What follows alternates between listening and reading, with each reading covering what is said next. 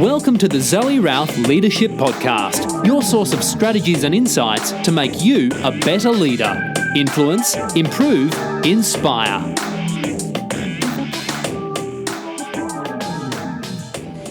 Hey, it's Zoe, and I am so excited to be here with Simon Julian from SitePoint. He is the general manager and head of business there, and the business is based in Melbourne. Founded in 1999, which sounds like forever ago, doesn't it? But having, it's been in a business for a while, and it is I was just saying to Simon beforehand that this is like the Wild West of everything tech, because it is a place, a gathering, an entity for professionals, web professionals, developers, designers, programmers, product creators, and entrepreneurs alike. So it is really fascinating what you're doing there. I'm looking forward to hearing some detail about how people are engaging with you and your business. Simon himself is an experienced leader and manager with wide background in business management and leadership, from the startups to publishing, blockchain business and tech, product management, strategy, business and partnership development. Oh my God. And he's worked for some really interesting companies like Spin Communications and Lonely Planet.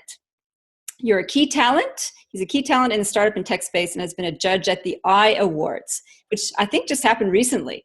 Not too long ago. So it was about, I think the latest round finished about 2 weeks ago. Okay, cool. Yeah.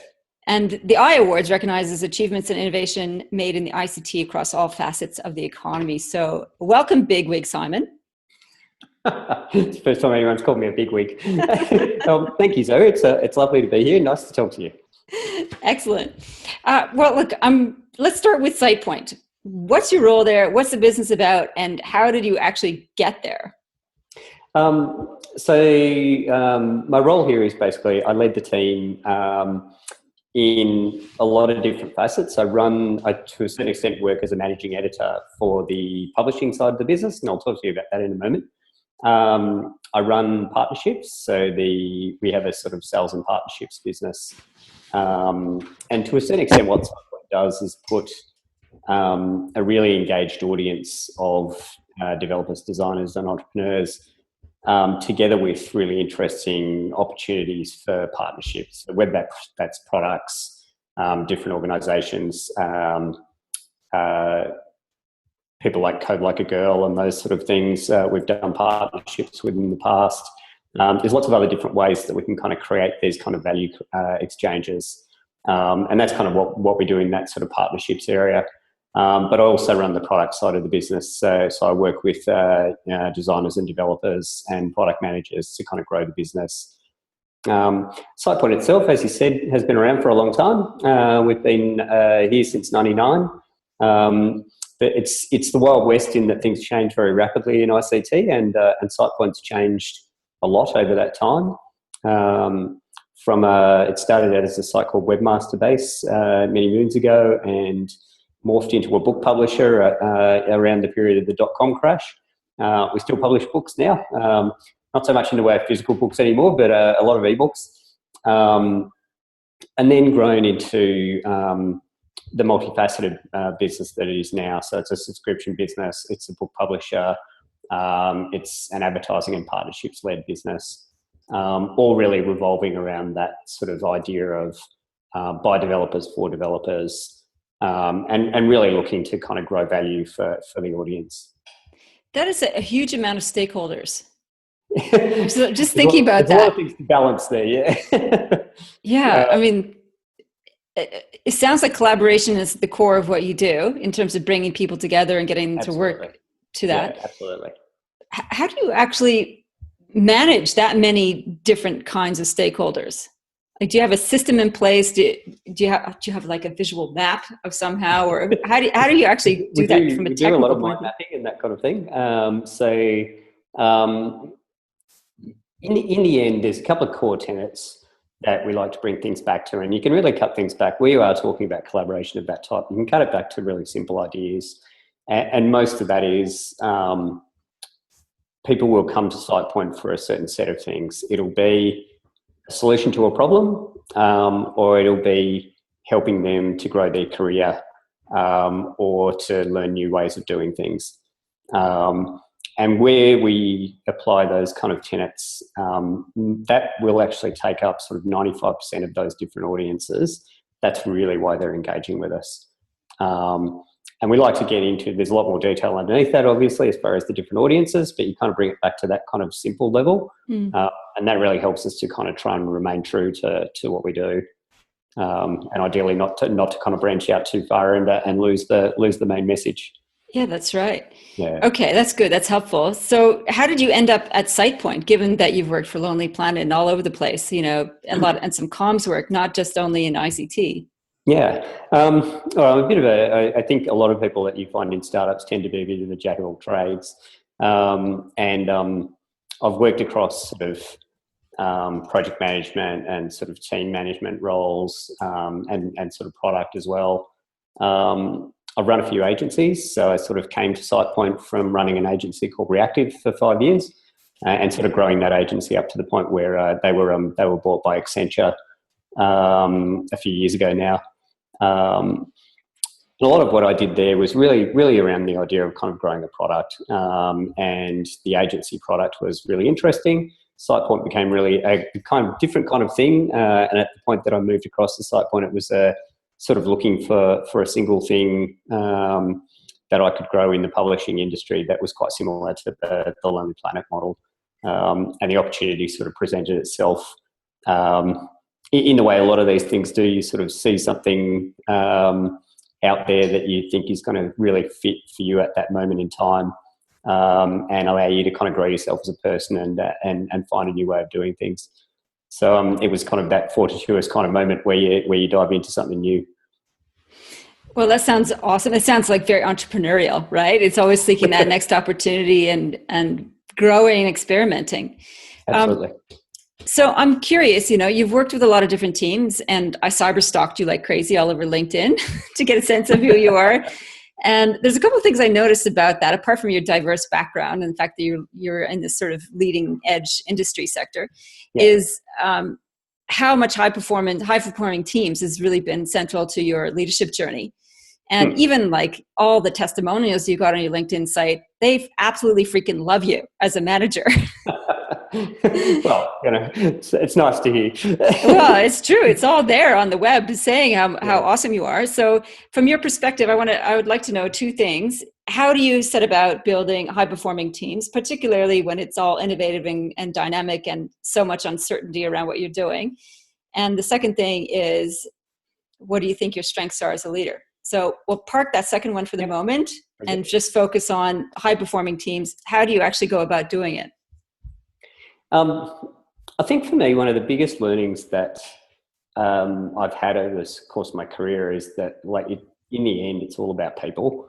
And you were talking about collaboration before, and collaboration is really about taking a pretty diverse group of people, and kind of working out what their motivations are, what they're looking for as individuals, and then ideally building to that and actually looking for the best mix that you can of outcomes for the people that you're working with, the best ways to kind of give them the opportunities to use their skill sets as much as they can, and really the best learning opportunities for the team in the sort of ways that you sort of try and reach your goals.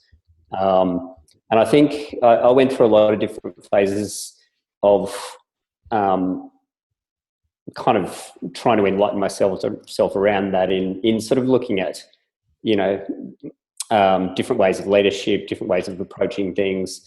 I sort of got into the idea of servant leadership a couple of years ago, and started to kind of realise that people weren't really looking for me to kind of tell them what to do all the time. What they were looking for was the opportunity to kind of, you know, grow and learn and change. And I was there to sort of facilitate that more than sort of trying to kind of force people down particular paths. And I think that change in the way I did things probably freed me up a lot, because of the fact that it stopped me from worrying about what every individual was doing all the time. But it also allowed the people around me to kind of do the best they could to reach their full potential. And the way I like to try and do that with people is to kind of like I said, really try and understand what each individual is trying to do in their life and in their career. And life, importantly, because of the fact that I think, work is only one aspect of the individual. And then really trying to marry that with the goals of the business and what we're trying to achieve. And did you ever have situations where what the individual wanted, just basically there was no fit for what the business was doing and where it was going? Yeah, look, I don't think there's ever been a situation, I should say, where it's been 100% no, that is not going to fit. I think in most cases, if you're really open and honest with people, there is the opportunity to kind of find a midpoint. And I think, sometimes that will actually mean that, eventually the person's going to grow to a point where they move on to something else. Eventually they're going to look to you and say, well, I've done what I needed to do here, I'm moving on, which is fine. And I think you need to be pretty open to those kind of conversations. I haven't ever had a point where I've sort of had to say to someone, no, this really isn't going to work. There's just no fit here at all. Right. And I think that comes from if you're hiring right and you're sort of looking for the right people and those kind of things, and you're pretty clear on what you're looking for, then hopefully you don't get into that situation where you've actually hired someone that really isn't a fit.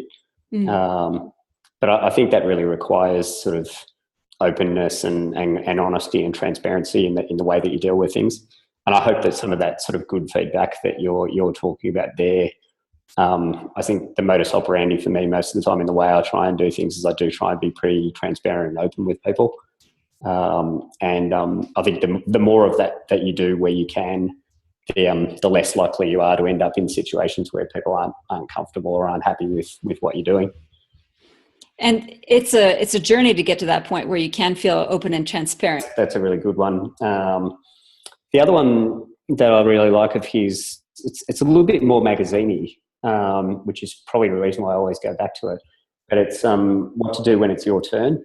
And it again is kind of really built around the idea of, as an individual, where are you providing the most value? Sort of getting you to really think about what you do and how good that is for the people around you. Cool. So Steve Pressfield, Seth Godin, 2 books by him. Yep. What to do when it's your turn. Absolutely. And then I, on the other side of things, I try and do a lot of reading of non-business books as well, which is, I think, also important, so that you're not getting too far into just kind of business-related stuff and not thinking life. So you've got other stuff out there as well. I really like The Barefoot Investor, so I read his stuff fairly regularly. And then I'm a big fantasy reader as well, so I read a lot of kind of science fiction and fantasy books and that sort of stuff. What is it about IT guys who, and it's mostly guys who just love their sci-fi? It's interesting. Maybe it's because you got to have a creative brain like that. Yeah, exactly. Yeah. And who's your favorite sci-fi writer? It was George R.R. Martin, but I think I've gotten too caught up on the TV series now. So Game of Thrones, I don't think I've read his last book because of the fact that it kind of diverges too much from the TV series. Yeah, it does. Book 9, I think we're still waiting for that one, right? It hasn't come out yet. Yeah. The TV series is left him behind. Oh, fantastic. So leadership challenges, what's been your biggest leadership challenge and how did you overcome it?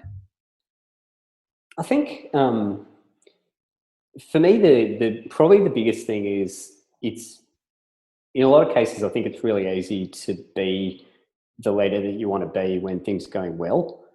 And when good observation. When things don't go so well, it's very hard to be the leader you want to be. And I think particularly where you've come out of that idea of command and control, and where you sort of, if you're reverting back because of the fact that things aren't going so well, it's very easy to revert back into command and control mode.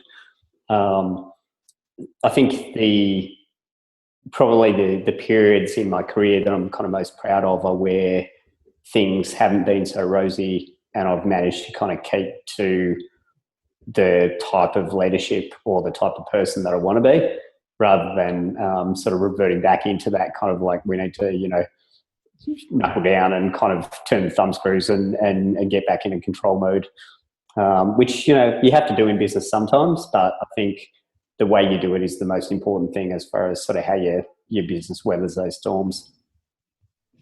Yeah. Cool.